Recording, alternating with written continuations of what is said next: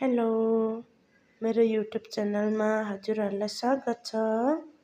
आज चाहिँ म हजुरहरूलाई मेरो अफिसमा प्लान्टहरू रोपेको देखाउँछु।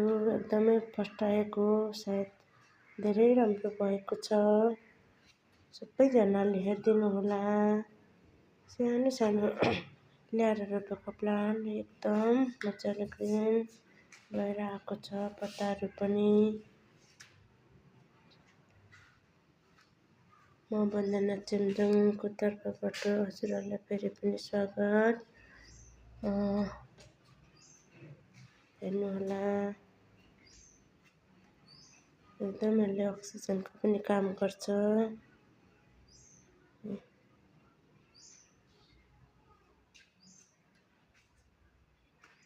यहाँ झ्यालतिरको बारतिर पनि ह्याङ्गिङ पटमा पनि सानो सानो बिरुवाहरू ल्याएर रोपेको। यो पनि राम्रो आइरहेछ है।